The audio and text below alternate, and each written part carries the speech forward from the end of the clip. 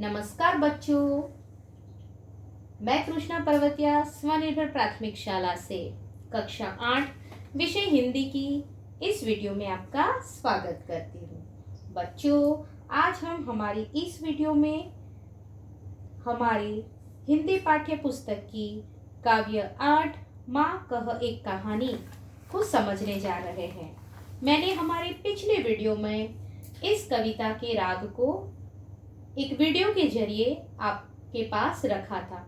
आशा रखती हूँ कि आपने उस वीडियो में कविता का राग देखा होगा और सुना भी होगा और इस तरह से गाने की कोशिश भी करी होगी। बराबर है ना बच्चों? तो चलो अब हम हमारी कविता की ओर आगे बढ़ते हैं। हमारी कविता है माँ कह एक कहानी। बराबर। हमारे कविता के कवि कौन है बच्चों? यहाँ आप देख सकते हो, मैथिली शरण गुप्त। बराबर। राष्ट्र कवि वह कौन कहलाते हैं बच्चों? राष्ट्र कवि मैथिली शरण गुप्त। बराबर। राष्ट्र कवि मैथिली शरण गुप्त का जन्म सन 1886 में चिरगांव जिला झांसी उत्तर प्रदेश में हुआ था। बचपन से ही कविता में उनकी रुचि थी। आचार्य महावीर प्रसाद त्रिवेदी की प्रेरणा से वे खड़ी बोली की ओर मुड़े और उनकी कविता में निखार आया। बराबर। किनकी प्रेरणा से? तो आचार्य महावीर प्रसाद त्रिवेदी की प्रेरणा से वे खड़ी बोली की ओर मुड़े और उनकी कविता में निखार आया। उन्होंने अपनी कविताओं में भारतीय जीवन को समग्रता से समझने एवं प्रस्तुत करने का प्रयास किया है। खड़ी बोली हिंदी के आरंभिक उन नायकों में से एक है। बराबर जी। साकेत गुप्त जी द्वारा लिखित महाकाव्य है। बराबर है ना बच्चों? साकेत गुप्त जी द्वारा लिखित महाकाव्य है। इसके अतिरिक्त यशोधरा, पंचवटी, भारत भारती तथा जयद्रथ वध, बराबर, जयद्रथ वध आदि इनकी मुख्य काव्य कृतियां है। बराबर है बच्चों? इनकी मृत्यु सन 1964 में हुई। बराबर। तो यह हमने देखा हमारे जो कवि हैं, हमारे राष्ट्र कवि मैथिली शरण गुप्त के बारे में। अब देखते हैं कि इस कविता में मैथिली शरण गुप्त क्या समझाना चाहते हैं। तो उन्होंने लिखा है कि मारने वाले से बचाने वाला बड़ा होता है। यह उक्ति चरितार्थ हुई है गौतम बुद्ध के जीवन से। संवाद शैली की इस कविता में गौतम बुद्ध के बचपन की एक घटना का उल्लेख है। बराबर है ना बच्चों? जिसमें उनका पुत्र राहुल माँ यशोधरा से राजकुमार सिद्धार्थ की उसी कहानी को दोहराने का आग्रह करता है जिसमें उपयुक्त उक्ति परिभाषित हुई थी। यानी जो यहाँ उक्ति दी है, मारने वाले से बचाने वाला बड़ा होता है, उसी उक्ति को बराबर परिभाषित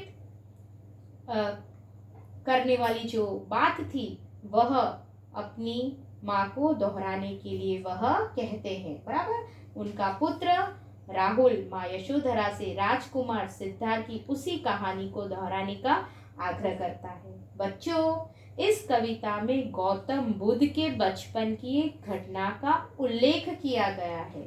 सिद्धार्थ की पत्नी यशोधरा अपने पुत्र राहुल को पति के बचपन की घटना सुनाती है। जीव दया का भाव उनमें बचपन से ही था। सिद्धार्थ बड़े होकर कौन कहलाए बच्चों?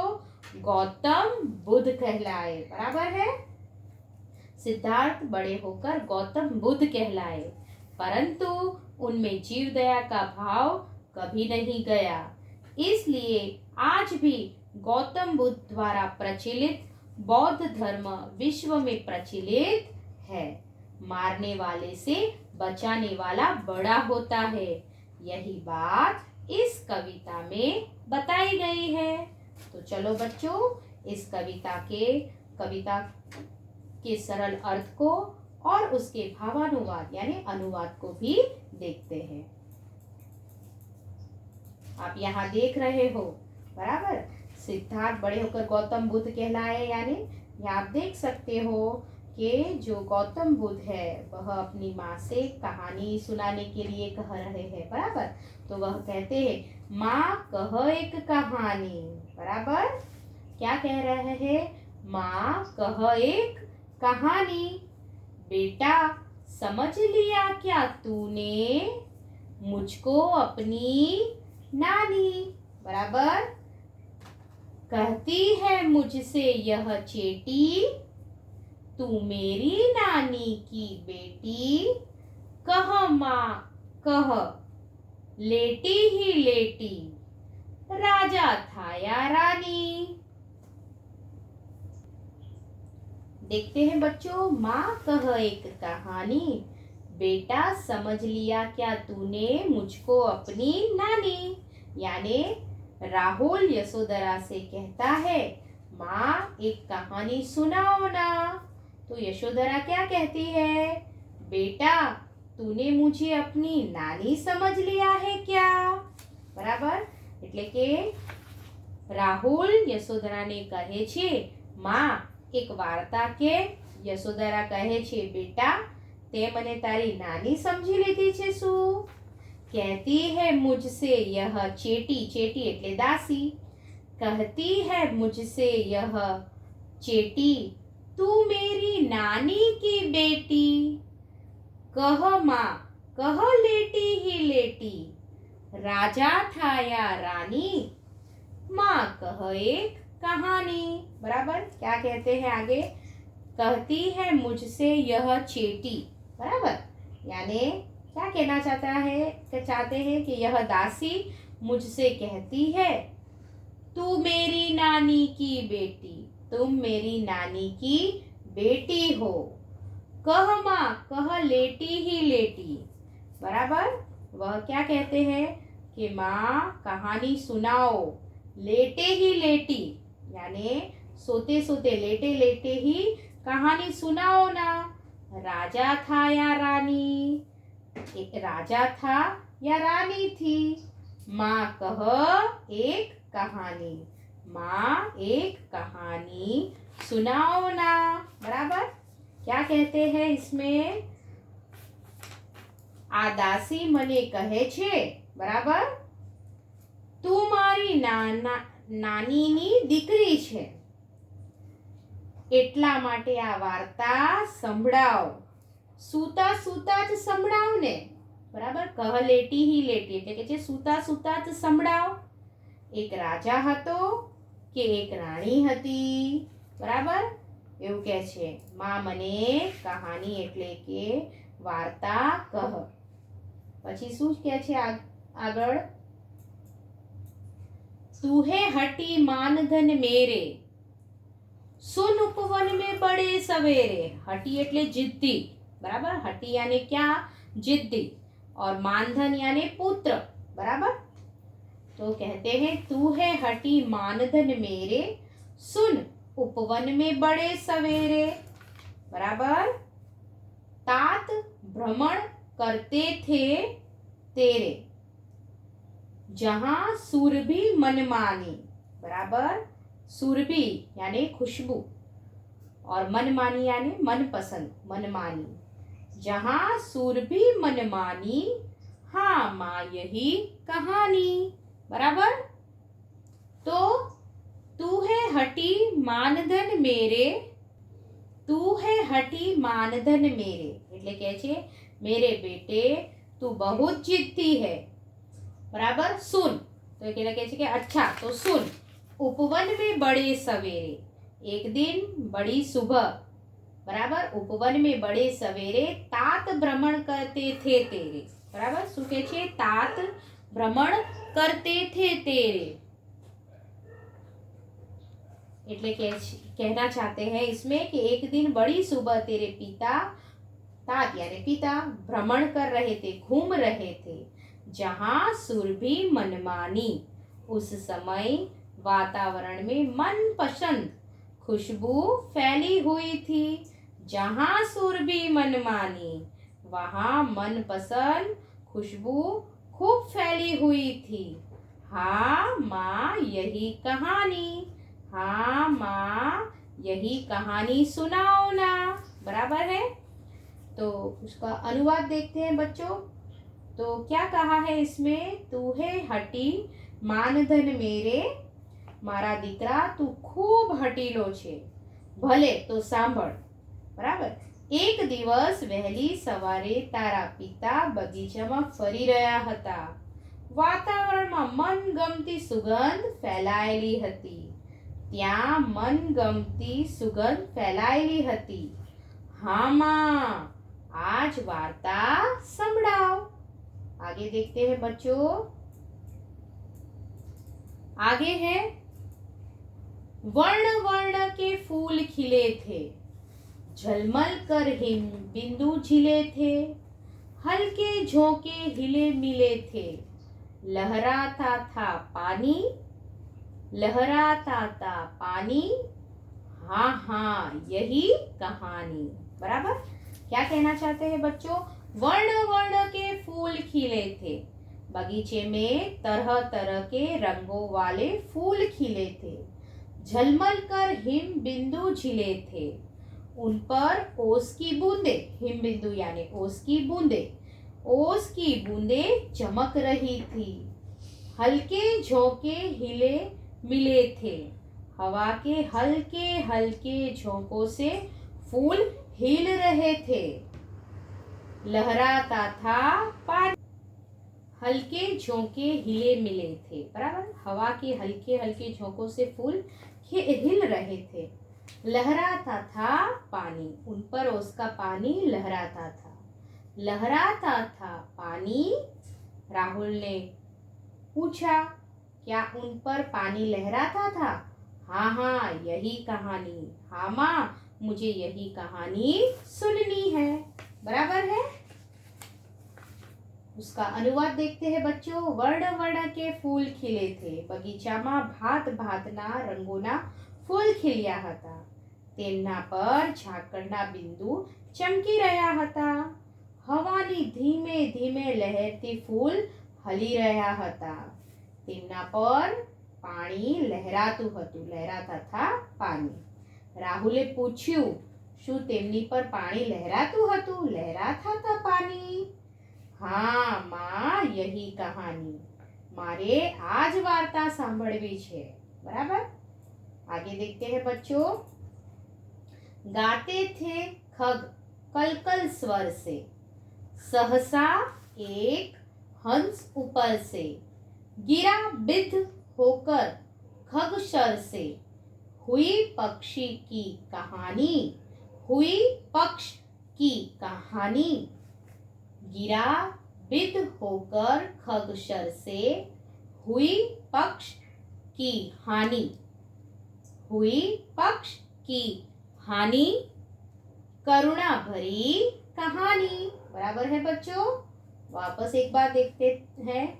गाते थे खग कल कल स्वर से, सहसा एक हंस ऊपर से, गिरा बिध होकर खग शर से, हुई पक्ष की हानि, हुई पक्ष की हानि, करुणा भरी कहानी। बराबर है बच्चों। खग यानी पक्षी। बराबर। खग यानी क्या होता है? पक्षी। बराबर है बच्चों। और बिध यानी बिधा हुआ, सहसा यानी एकाएक, अचानक। बराबर। तो गाते थे खग कल कल स्वर से, पक्षी मधुर स्वर में गा रहे थे। सहसा एक हंस ऊपर से, अचानक एक हंस ऊपर से गिरा। बराबर। गिरा बिध होकर खग शर से, यानी वह पक्षी बाण से बिध गया था, उसे बाण लगा था। हुई पक्ष की हानि, पक्ष यानी पंख, उसका एक पंख घायल हुआ था। हुई पक्ष की हानि। बराबर। फिर से राहुल ने कहा, दुखी होकर राहुल ने पूछा, पंख घायल हो गया था, हुई पक्ष की हानि, करुणा भरी कहानी, यह तो बहुत दुख भरी कहानी है। बराबर है। उसका अनुवाद देखते हैं। गाते थे खग कलकल स्वर से, पक्षी मधुर स्वરમાં ગાઈ રહ્યા હતા। અચાનક એક હંસ ઉપરથી નીચે પડ્યો। તે પક્ષી બાણથી વિંધાઈ ગયું હતું। તેની એક પાંખ ઘાયલ થઈ ગઈ હતી। દુખી થઈને રાહુલે પૂછ્યું, શું પાંખ ઘાયલ થઈ ગઈ હતી? આ તો બહુ જ करुण वार्ता छे। आगे देखते हैं बच्चों। यहाँ आप चित्र में देख रहे हो, चौंक उन्होंने उसे उठाया, बराबर। नया जन्म सा उसने पाया, इतने में आंखें टक आया। लक्ष्य सिद्धि का मानी, लक्ष्य सिद्धि का मानी, कोमल कठिन कहानी। बराबर है। चौंक उन्होंने उसे उठाया, यानी उनके पिता ने, तेरे पिता ने चौंक कर उसे उठाया। नया जन्म सा उसने पाया, उनके स्पर्श से पक्षी ने मानो नया जन्म पाया। इतने में आंखें टक आया, आंखें टक यानी शिकारी। उसी समय शिकारी वहां आ पहुंचा। लक्ष्य सिद्धि का मानी, उसे इस बात का गर्व था कि उसका निशान सही बैठा है। लक्ष्य सिद्धि का मानी, क्या वह अचूक निशाने का अभिमानी? कोमल कठिन कहानी, यह तो बहुत कोमल पर कठोर कहानी है, ऐसा उसने अपनी माँ को बताया। बराबर। अनुवाद देखते हैं बच्चों। चौक उन्होंने उसे उठाया, यानी तारा पिताए चमकीने તેને ઉપાડ્યું। એમના સ્પર્શથી પક્ષીએ નવું જીવન પ્રાપ્ત કર્યું। તે જ વખતે શિકારી ત્યાં આવ્યો। ઇતને में आंखें टकाया, इतने में आंखें टकाया એટલે તે જ વખતે શિકારી ત્યાં આવી પહોંચ્યો। લક્ષ્ય સિદ્ધિ કા માની, તેને વાતનું અભિમાન હતું કે તેનું નિશાન બરાબર સંધાયું હતું। લક્ષ્ય સિદ્ધિ કા માની, શું બરાબર નિશાન સાધનારો અભિમાની। કોમલ કઠિન કહાની, આ તો કોમળ અને કઠોર વાર્તા છે। आगे देखते हैं बच्चों। मांगा उसने आहत पक्षी, तेरे तात किंतु थे रक्षी। बराबर। क्या कहना चाहते हैं बच्चों? मांगा उसने आहत पक्षी, तेरे तात किंतु थे रक्षी। तब उसने जो था खग भक्षी, तब उसने जो था खग भक्षी, हट करने की ठानी। बराबर है। तो देखते हैं बच्चों। मांगा उसने आहत पक्षी, शिकारी ने तेरे पिता से आहत यानी घायल पक्षी मांगा। तेरे तात किंतु थे रक्षी, तात यानी पिता, परंतु तेरे पिता पक्षी की रक्षा करने वाले थे। तब उसने जो था खग पक्षी, तब उसने जो था खग पक्षी यानी तब पक्षियों का मांस खाने वाला, बराबर, वह शिकारी पक्षी लेने पर अड़ गया। हट करने की ठानी, यानी तब पक्षियों का मांस खाने वाला यानी खग भक्षी, मांस खाने वाला वह शिकारी हट करने की ठानी, पक्षी लेने के लिए अड़ गया। आगे देखते हैं बच्चों। हट करने की ठानी, अब बढ़ चली कहानी। राहुल बोला, वह अड़ गया, तब तो मामला बहुत बढ़ गया। बराबर है बच्चों। अनुवाद देखते हैं इसका।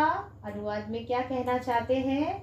तो मांगा उसने आहत पक्षी, बराबर, શિકારીએ તારા પિતા પાસે ઘાયલ પક્ષી માંગ્યું, પરંતુ તારા પિતાએ પક્ષીનું રક્ષણ કર્યું હતું। ત્યારે પક્ષીઓનું માંસ ખાનારા, ખગપક્ષી એટલે પક્ષીઓનું માંસ ખાનારા, તે શિકારીએ પક્ષી લેવા માટે હઠ કરી। બરાબર। અને કહે છે રાહુલ બોલ્યો, તેણે હઠ કરી ત્યારે તો હવે મામલો બહુ વધી ગયો। आगे देखते हैं बच्चों। हुआ विवाद सदै निर्दय में, उभय आग्रही ते स्वयं विषय में, गई बात तब न्यायालय में। बराबर है बच्चों। क्या कहना चाहते हैं? हुआ विवाद सदै निर्दय में, अब उभय आग्रही ते स्वयं विषय में, बराबर। स्वय विषय उभय यानी दोनों, निर्दय यानी दयाहीन, बराबर है बच्चों। सहृदय यानी दयालु, स्वय विषय यानी अपनी बात। गई बात तब न्यायालय में, सुनी सभी ने जानी, सुनी सभी ने जानी, व्यापक हुई कहानी। क्या कहना चाहते हैं बच्चों? हुआ विवाद सदय निर्दय में, यानी इस प्रकार दया करने और बचाने वाले, बराबर, यानी सदय और निर्दय, इन दोनों में बहस होने लगी, बराबर है। उभय आग्रही थे स्वय विषय में, दोनों अपनी अपनी बात पर डटे हुए थे। गई बात तब न्यायालय में, तब बात न्यायालय में गई। सुनी सभी ने जानी, वहां यह बात सभी ने सुनी और मालूम की, बराबर है बच्चों। सुनी सभी ने जानी। राहुल ने पूछा, सुनी सभी ने जानी, व्यापक हुई कहानी। राहुल ने पूछा, क्या सभी ने बात सुनी और मालूम की? तब तो यह बात चारों ओर फैल गई होगी, यानी फैल गई, बराबर है बच्चों। इसका अनुवाद देखते हैं तो क्या कहना चाहते हैं कि हुआ विवाद सदय निर्दय में, यानी आम सदय અને નિર્દય બંને વચ્ચે વિવાદ થવા લાગ્યો। બંને પોતપોતાની વાત પર અડી ગયા હતા। ત્યારે વાત ન્યાયાલયમાં પહોંચી, ત્યાં સૌએ આ વાત સાંભળી અને બધા સમજ્યા। રાહુલે પૂછ્યું, સુની સભીને જાની, શું સૌએ વાત સાંભળી અને બધાએ વાત સમજ્યા? ત્યારે તો આ વાત ચારે બાજુ ફેલાઈ गई। आगे देखते हैं बच्चों। राहुल तू निर्णय कर इसका, न्याय पक्ष लेता है किसका?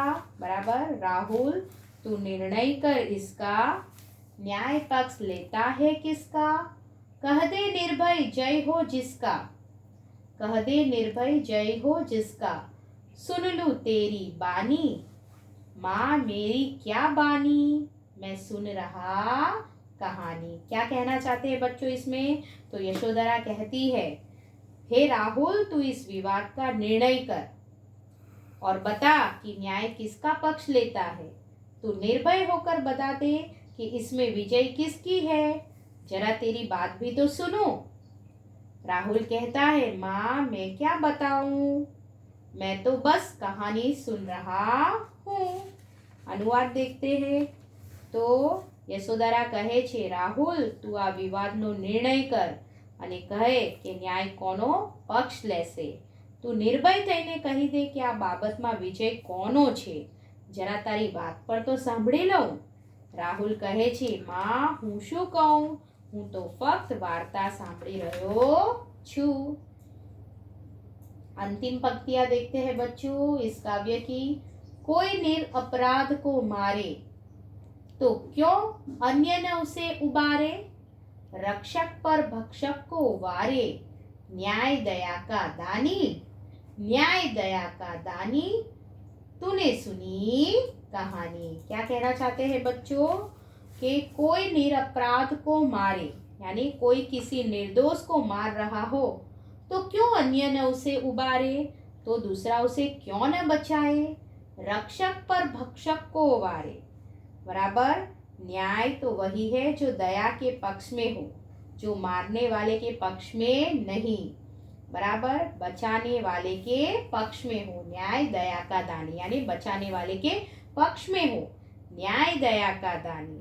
राहुल ने कहा, क्या दया न्याय का दान देती है?